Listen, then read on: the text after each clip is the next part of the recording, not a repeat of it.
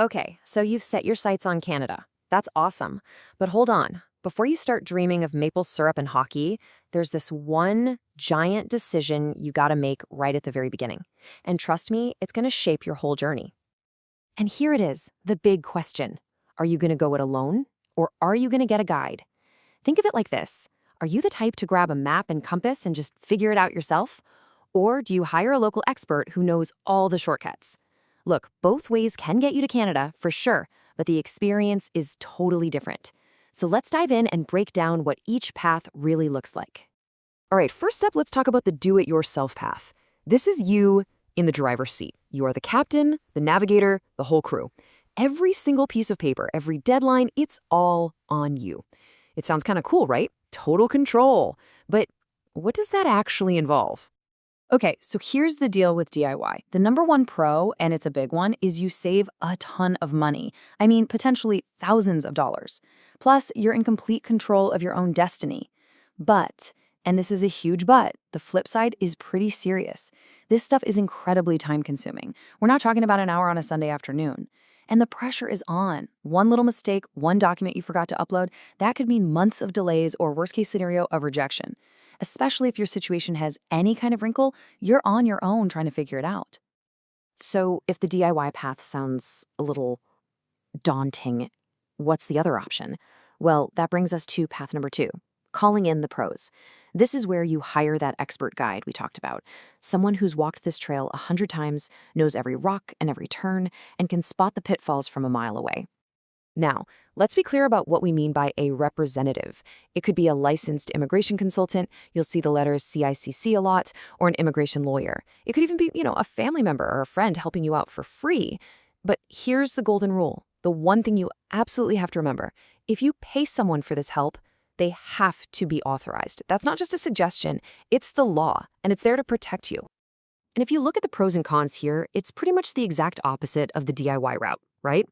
You're trading your money for their expertise and, honestly, for peace of mind. If your case is complicated, this can be an absolute game changer. But it's not a simple decision. The cost is one thing, but you're also handing over the reins. You're putting your future, your dream of moving to Canada, in someone else's hands. That requires a huge amount of trust. And let's talk about that cost, because wow, it can be a pretty wide range. You could be looking at anywhere from, say, $500 all the way up to 5,000 Canadian dollars, or even more. It really just depends on how tricky your application is. For a lot of people, that number right there is the bottom line. It's a major, major investment. Okay, so DIY or a pro? How in the world do you actually decide? Well, let's make this a little easier. I've got a kind of litmus test for you. Think of this next part as a little quiz to help you figure out which path lines up best with your specific situation. All right, have a look at this and be honest with yourself. Which side are you nodding along to? Is your case pretty clean, a simple visitor visa, or maybe a work permit where you've got all your documents lined up perfectly? If that's you, the DIY path over on the left is probably a great fit. But what if you're looking at that column on the right and you're seeing your own story? Maybe you've been refused before, or you're just looking at the IRCC website and it feels like a totally different language. In those cases, having a pro on your side isn't just a convenience, it could genuinely be what gets you that approval. Okay. Before you lock in your decision, we need to talk about what I call the golden rules. These aren't my opinions, this is straight from the source, the Canadian government, IRCC. And these rules apply to everybody, no exceptions, whichever path you end up taking. Listen up, because this is probably the most important thing you'll hear. Rule number 1. IRCC treats all applications equally.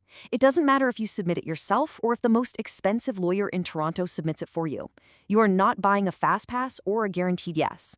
And I'm going to say this again because it's so important. If you pay someone, they must be authorized by the CICC or be a Canadian lawyer. No ifs, ands, or buts. And if you do go with a representative, this is the magic form you need to know about, the IMM 5476. It's called the Use of a Representative form, and it is absolutely required. Think of it as the official handshake between you, your rep, and the Canadian government. It makes it all official. So let's just circle back to that main point one more time because it's everything. IRCC treats all applications equally.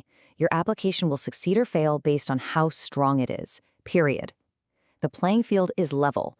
So whether you do it yourself or hire someone, at the end of the day, it's all about putting together the best, most honest application you possibly can. So there you go, 2 roads to Canada. One is the path of total control, but it's going to cost you in time and effort.